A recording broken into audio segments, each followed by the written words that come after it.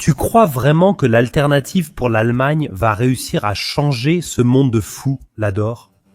Ou bien es-tu tellement déçu par les partis du système? Tous ces grands mensonges des dernières décennies, au point que tu te dis, de toute façon, ça ne peut pas être pire. Bonne question. Je vais répondre brièvement, sinon on parlera politique, ce que je trouve ennuyeux. Oui, comme l'a dit Zappa, la politique, c'est le divertissement de l'industrie de l'armement. Je l'ai déjà dit. L'AfD est aussi pro-OTAN. Un bon politicien, mon ami Rainer Rothfuss, voulait se rendre en Russie, c'est ce que j'ai lu récemment au journal télévisé. Rothfuss n'y va pas, comme je l'ai dit. Mais je connais aussi Kupala et c'est un courtier honnête. Je pense que c'est comme dans tous les partis, c'était aussi le cas chez les Verts à une époque. Les gens qui rejoignent un parti avec la conviction et la naïveté que c'est pour cette raison seront surpris. Des carriéristes les écarteront ou s'infiltreront sur la route du sommet. Ce sera aussi le cas là-bas. Cependant, les gens doivent encore repasser ce test, qui reste très simple. L'AfD était la seule opposition. On ne peut donc pas dire qu'il aurait fallu choisir une autre opposition. Maintenant, cela n'a jamais été aussi simple. Il n'y a plus que l'AfD. On me demande pourquoi je parle avec l'AfD. Je réponds, je parle aussi avec l'ARD. Je ne peux plus me prendre au sérieux. Pour certains, je dis bons arguments, mais le pouvoir corrompt. Ou alors, on leur fait une offre qu'ils ne peuvent pas refuser. Tu peux faire chanter n'importe qui. Tu as des enfants. Tu peux faire chanter n'importe qui. Pourquoi a-t-il soudainement ça? Eh bien, ils ont des éléments compromettants. On peut dire, nous savons où habite ta fille. Tout est possible, non? À mon avis, la politique fonctionne ainsi. Il n'y a pas qu'un seul Epstein. Il y a beaucoup d'Epstein qui agissent partout. J'ai une photo d'eux. Chaque personne a un domaine où on peut la faire chanter par la honte et la réputation publique. C'est la vie des autres. Quand on dit « je n'ai rien à cacher », celui qui dit ça, il a tout simplement tort. Heureux les pauvres d'esprit. Mais je ne suis pas assez simple. L'État en sait bien plus que le citoyen. Et c'est un renversement dangereux. C'est Oppenheimer. Et c'est vrai. Si tu communiques aussi librement que moi, on ne peut pas m'effrayer ni me faire taire, sauf en me supprimant. Mais je pourrais renaître. Je ne le ferai pas. Ce que je veux dire, c'est qu'un parti ne va pas nous sauver. Parce que les partis ne sont pas faites pour changer quoi que ce soit. Les partis sont faites pour que tout reste comme c'est. Tous sont infiltrés. La base, l'alliance Sarah Wagenknecht, BlackRock. Je les appelle modules de service. C'est pareil. Mais les gens le veulent tout simplement. Rendez à César ce qui lui appartient. Mon royaume n'est pas de ce monde. Que veux-tu dire? J'ai juste cité, c'est absurde. Si tu as besoin d'une entreprise ou d'un parti pour vivre à ta place, c'est que tu as très peur de vivre ta propre vie. N'est-ce pas? Je suis fermement convaincu. Nous allons passer de cet asile écolo-gauchiste à un super autoritarisme dehors. Ce n'est qu'après que ce sera vraiment libéral. Je ne pense pas que l'AfD va soudainement découvrir ici les bons sentiments et vouloir tout à coup guérir le monde. Je crois que l'AfD aura du pouvoir. Ou un catalyseur comme l'intelligence artificielle Palantir, le contrôle numérique, que les anciens gouvernements n'avaient pas. Je pense qu'ils vont vraiment sévir de manière autoritaire. Le chemin de l'enfer est pavé de bonnes intentions. Les Verts et la gauche sont aussi des représentants de l'idéologie, dans la mesure où ils veulent rendre le monde plus juste. C'est pourquoi ils doivent tout répartir de manière à ce que tout le monde veuille la même chose, que tout le monde pense de la même façon afin qu'il n'y ait plus d'injustice. La nature n'est pas organisée de façon démocratique. Donc, ce qui se passe dans la forêt, que les uns se mangent les autres, il faudrait qu'on mette un peu d'ordre là-dedans. C'est abusif. Alors, il faudrait aussi supprimer les animaux carnivores. Tu comprends? C'est de la folie de croire qu'on pourrait rendre les gens égaux. Les gens ne sont pas égaux, mais devraient avoir les mêmes droits qui ne leur sont pas accordés. Tous ont la même dignité. Évidemment, cela influence notre vision du monde. Le colonialisme, nous n'avons absolument aucun rôle là-dedans. Mais ceux qui s'en servent de tout le temps, cela nous occupe aussi. Pour éviter de traiter les vrais problèmes, nous débattons encore de ce qui s'est passé pendant le Covid. Avec Black Lives Matter, beaucoup d'Allemands se sont soudainement intéressés à la vie des Noirs en Amérique. C'était leur sujet, ai-je pensé. Ils écoutent des coups du rap depuis que des groupes ça comme les Beastie Boys ou Eminem s'y sont mis. Depuis, ils sont passionnés. Je n'ai pas besoin de m'étendre là-dessus. Ce que je veux dire, c'est tout cela doit être pareil, non? C'est cette luise de longue distance. Il s'agit seulement de sauver le monde et d'obtenir l'attention qu'on ne reçoit pas de ses parents.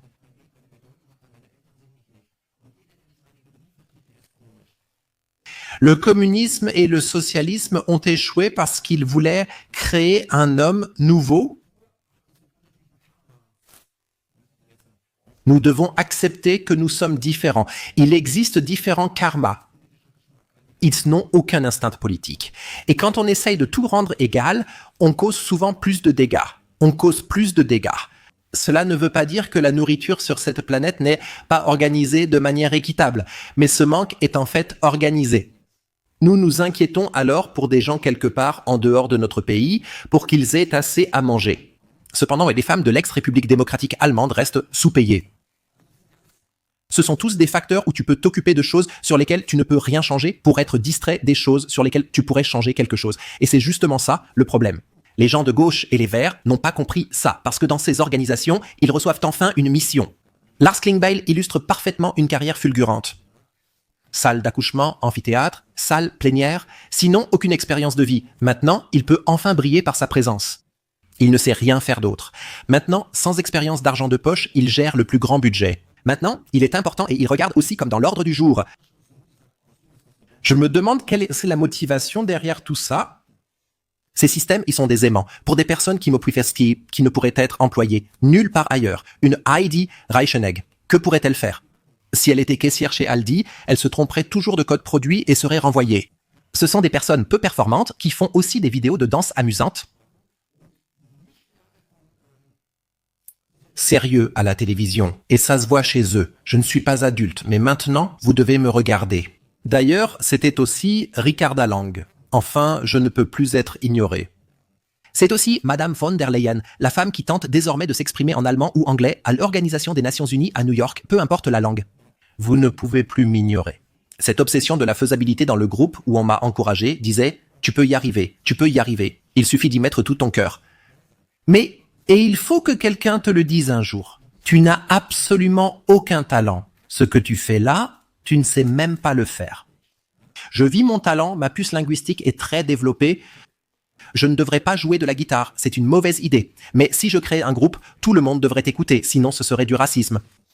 Je ne suis tout simplement pas Jimi Hendrix, mais je veux quand même le faire. Cette obsession de la faisabilité idéologique nous donne une liberté censée seulement nous embrouiller.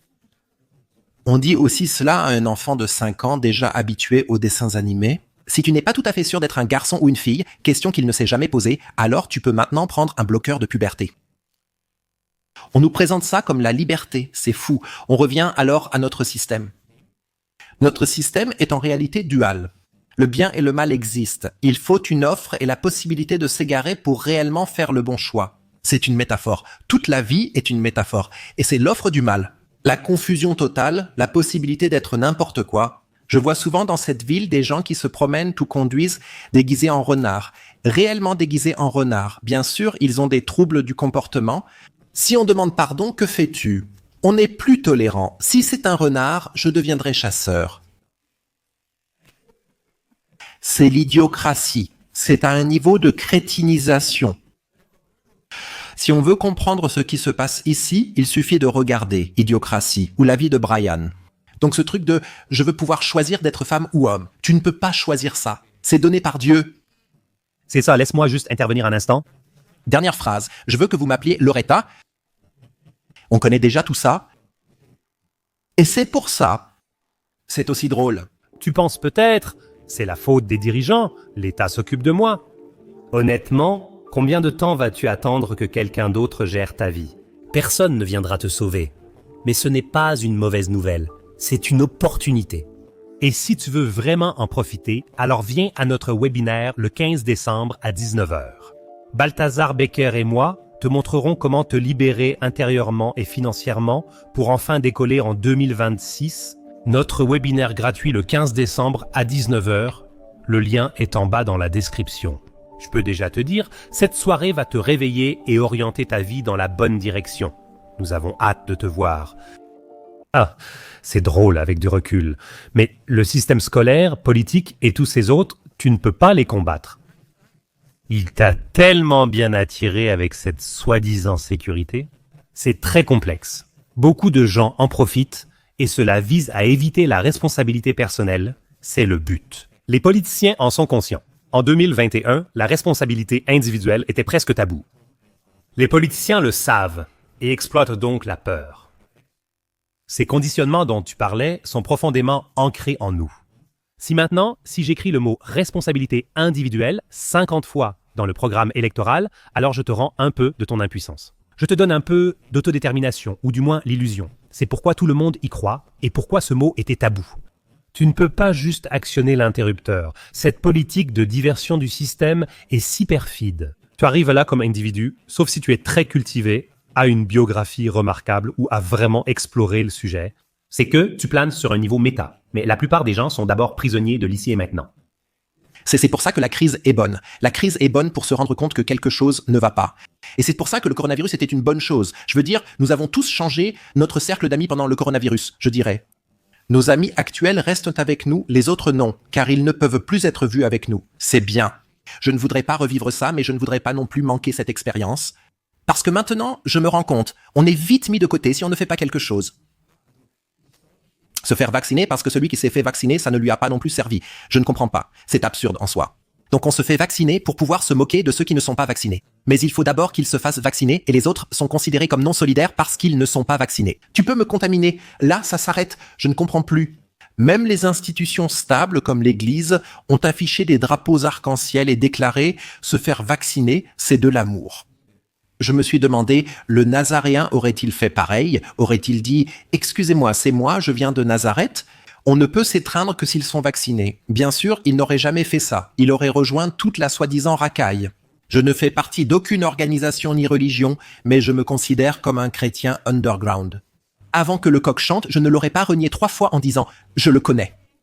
Ça m'est égal ce qu'ils attendent de moi. Je reste vraiment ferme sur mes arguments.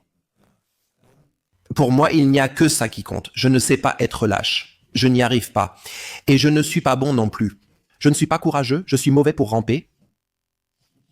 Ici aussi, il y a des crottes de chiens partout à Berlin, mais je suis mauvais pour ramper. Je ne peux pas faire ça. D'autres sont peut-être plus doués pour ça. Je ne veux pas vivre comme ça. On me dit que je n'ai pas le droit de jouer alors qu'on ne me laisse jamais jouer. Je ne m'intéresse pas aux gens qui sont dans le courant dominant. C'est tout simplement trop pour moi. Je ne regarde pas les émissions de cuisine sur Zweites Deutsche Fernsehen, je préfère cuisiner moi-même. Oui, et c'est notre système économique, et c'est notre système de gouvernement.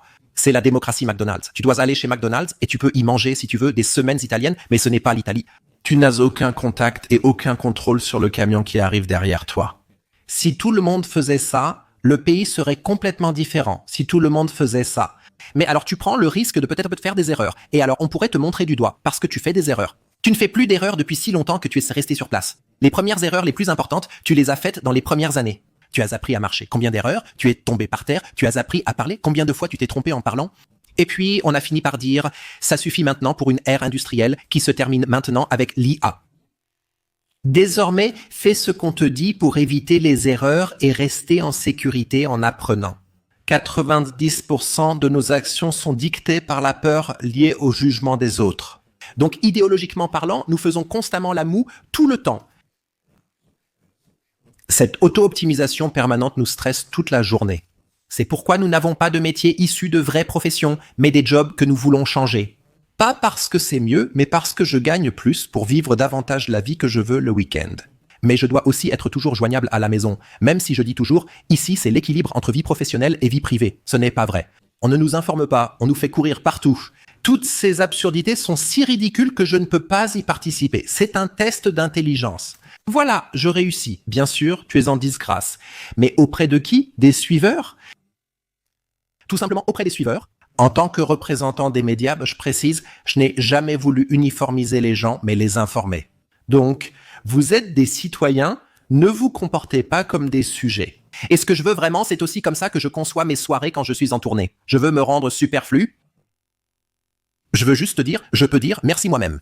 En tant que moniteur de ski, tu veux que les gens apprennent à skier et ne reviennent pas sans cesse. Allez, ski maintenant. Non, je dois encore apprendre. Tu ne veux pas ça. Un moniteur de ski qui veut toujours ça, c'est un peu comme l'industrie pharmaceutique. Elle ne veut pas que tu guérisses, parce qu'une personne en bonne santé n'est pas un client. C'est pareil en politique. Il faut rester client de l'idéologie. Je n'en ai pas besoin. Les choses que je dois savoir pour moi, elles sont bien plus anciennes, elles sont bien plus stables. Elles disent, Anti, par exemple, tu ne porteras pas de faux témoignages. Ça me suffit. Je n'ai pas besoin de vérificateur de faits. Je n'en ai pas besoin. Voilà, je n'en ai pas besoin. C'est pourquoi les hauts responsables politiques ne m'intéressent pas non plus comme dirigeants reconnus par l'État. Je m'intéresse aux personnes qui se sont améliorées par leur vécu, non par des explications. Et ceux qui ont existé dans la vie, à leur époque, n'ont jamais été appréciés par le gouvernement. Tous ceux que j'aimais sont morts non naturellement ou ont été détestés. Martin Luther, Jésus, Martin Luther King, Hannah Arendt et la Rose Blanche n'étaient pas appréciés. Et Binatan, figure importante en Israël d'origine iranienne, était impopulaire. Il repose à Tel Aviv. Certains disent, oui, lutte contre le pouvoir. Comme Bootsy Collins, libère ton esprit et le corps suivra. Ça m'est égal. Pour moi, l'essentiel est ce que pensent mes enfants. Suis-je un bon père? Donne-je le bon exemple? Et quand la tempête arrive, est-ce que je tiens bon pour affronter les difficultés? Et ça, je peux le faire. J'ai déjà navigué, je maîtrise ce domaine. Il y a quelques jours, tu y étais. Kay assistait au symposium sur le corona. Je me suis demandé, pourquoi continues-tu d'y aller? Parce que personne n'est tenu pour responsable. A et B. Si on enlève tous les filtres diplomatiques, tu crois vraiment qu'est-ce qui te fait tourner là-dedans? Était-ce une arme biologique contre sa population? Oui. C'est clair à 100%, mais je l'ai déjà dit en plaisantant ou dans mes vidéos chuchotées. Donc c'était clair. Si tu mets sur le marché un médicament avec uniquement des effets secondaires, c'est une arme biologique. Et ça s'est échappé d'un laboratoire. D'ailleurs, tout cela a été confirmé sous serment avec des liens. Je vais juste mentionner la fente de furine ou encore les nanoparticules, le sang cérébral, la barrière hémato-encéphalique. Je ne veux pas entrer dans les détails. Tout est lisible, confirmé par plusieurs services secrets, des États-Unis à Israël. Avec ces mutations, le virus de l'immunodéficience humaine et un peu d'Ebola ont été intégrés et mélangés. Si cela devait se produire naturellement, la nature aurait besoin en moyenne de 55 000 ans, donc 1 à 5 billions ou quelque chose comme ça. Il était donc très improbable que ce soit le cas. Ce truc s'est échappé, alors on a décidé d'agir. Mais ma théorie était qu'il y a eu une erreur. Les tentatives de créer des armes biologiques ciblant certaines ethnies ont eu lieu, notamment en Afrique du Sud. Il y avait un pays au Moyen-Orient, seule démocratie, qui a demandé « Pouvez-vous nous aider ? Nous avons des problèmes avec notre minorité. » Et à l'époque, cela n'a pas encore fonctionné. Je pense que cette arme biologique visait surtout à nuire à l'environnement de Wuhan et aux personnes avec un gène asiatique. Quand elle s'est échappée, ce n'était pas clair, donc elle aurait pu toucher beaucoup de gens. Il a fallu intervenir rapidement avec ces médicaments rassemblés à la hâte lors d'une opération peu préparée. Et puis, c'est arrivé. C'est ma thèse personnelle. On a fait au mieux avec la situation. D'accord, assurons-nous de veiller à ce que nous permettions maintenant à des super entreprises nationales de dépasser les frontières nationales. Et là, nous envoyons aussi des technologies informatiques. SAP, par exemple, a aussi créé cette application totalement neutre. Et officiellement, bien sûr, elle est censée être anonymisée, mais on peut la désanonymiser. Et il faut se demander où étaient-ils? D'où venaient ces programmeurs occidentaux? Je dirais seulement Unité 8.2. Tout cela relève d'un système. C'est le renseignement israélien. C'est leur NSA. Ils sont vraiment impliqués là-dedans. Et il y a énormément de contrôle du récit. L'ancien chancelier autrichien travaille maintenant aussi avec un ancien membre du Mossad et de l'Unité 8.2. Ils ont leur propre entreprise et conseillent le gouvernement européen. Ils utilisent à Vienne un logiciel de surveillance de Gaza avec des profils de déplacement. Les gens ignorent cela. Donc, réfléchissons à ce qu'il dit. Continue de rêver, sois naïf. Le pouvoir s'exerce par le contrôle et les données révèlent énormément de surveillance. Si chacun n'a qu'un numéro lié à tout, comme le statut vaccinal ou l'argent, on peut facilement désactiver quelqu'un. Encore la Bible, un temps viendra où nul ne pourra acheter ni vendre. C'est Palantir, l'antéchrist, mais pas une personne. Lui-même a aussi donné ici, pendant cette période du coronavirus, des conférences pour des sociétés secrètes sur ce qui va arriver. L'esprit est déjà sorti de la bouteille. La question est maintenant, comment agir contre cela? Je dirais simplement, même si cela semble naïf, n'ayez pas peur. La liberté est dans le monde analogique. Nous devons tous devenir comme les Amish et non pas des néandères digitaux. Sortons de cette merde. Nous sommes contrôlables. Nous voulons des espaces analogiques, pas ceux proposés par les Verts et la gauche. Les smart cities, où nous sommes totalement surveillés par Google. Parce que Google, c'est en fait Goebbels. Google, c'est en réalité la surveillance totale. L'État sait tout sur toi, et toi, tu ne sais rien sur lui. Et c'est dangereux. L'État a maintenant montré tout son danger, il peut venir défoncer ta porte. Il est dangereux. Médecins harcelés, enfants intimidés pour la bonne cause. J'étais ici à Mité avec Kai Stutt, un cinéaste formidable. Tu devrais aussi l'inviter un jour. Ce n'est pas l'ARD qui a fabriqué les mensonges. Assis sur un camping-car, j'ai vu la police déguisée en Robocop embarquer des mamies et d'autres personnes. Ils ont été sanctionnés pour avoir brandi la loi fondamentale, considérée comme une déclaration politique interdite. Voilà ce que représente cet État. C'est une tyrannie. Je le dis simplement, je ne combats pas l'État, je le tourne en dérision. Il est ridicule. Pour répondre à la première question, pourquoi continues-tu à participer à ces débats publics? Parce qu'au fond, dehors, rien ne change de toute façon. C'est un système tellement dur là-dehors. Je ne sais pas. Regarde, c'est comme ça. Beaucoup ont perdu confiance en l'État pendant le Covid, alors qu'ils y croyaient auparavant, car ils l'ont vécu. Environ 15 à 20% de dissidents, bien plus qu'à l'époque de la résistance. Cela constitue un appui. Si je ne croyais pas que cela pouvait avoir un effet, alors je ne croirais pas en mon métier. Tu ignores combien de temps cela prend avant que ça fonctionne. Certaines émissions des années 70 m'ont marqué. Ils ne le savaient pas à l'époque parce que j'ai vu des émissions de marchandises. Elles n'étaient pas destinées à moi. Welt Spiegel ou d'autres émissions musicales qui ont renforcé ma rébellion. Tu ignores où cela mène. Après avoir goûté au calice de la liberté et du courage, il est impossible de revenir en arrière. On se cache, on imite un peu, puis on réapparaît. Ma prestation au symposium Corona n'était que cela. J'ai dit, nous devons approfondir. Ça ne sert à rien de simplement pointer du doigt les élèves modèles habituels, car ils sont créés par le système. Ils seront remplacés par d'autres. Nous devons plutôt reconnaître la version de l'élève modèle créée par le système en nous-mêmes. Nous devons admettre avoir aussi été formés à l'obéissance. Et pour nos enfants, là, nous pouvons commencer à dire, nous devons commencer par notre système scolaire. Et cela signifie qu'il ne sert à rien de se référer à Angela Merkel. Comment en est-on arrivé là? C'est une offre empoisonnée d'un État cherchant à produire des sujets obéissants. Et nous devons commencer. Cela ne se fera pas rapidement, car c'est un processus.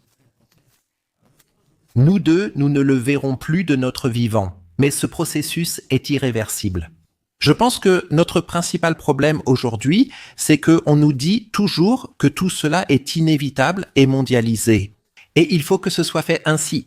Ce sont des contraintes objectives. Notre problème, ce sont bien sûr les bureaucraties sans visage. Avant, le roi Soleil existait et on connaissait son apparence. Et les bureaucraties sans visage, ce sont par exemple l'UE, l'OTAN, l'OMS. Tu dois en sortir. Tu dois revenir à l'État-nation. Et il faut aussi le diviser pour que dans de tout petits groupes, on puisse se dire les uns aux autres, nous faisons les choses un peu différemment ici. La Suisse en est un bon exemple.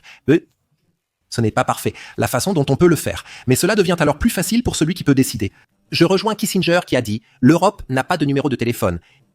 Encore une fois maintenant, il suffit d'appeler l'OTAN et alors toute l'Europe doit faire ses bêtises. Tu appelles simplement l'OMS et alors le monde entier doit suivre.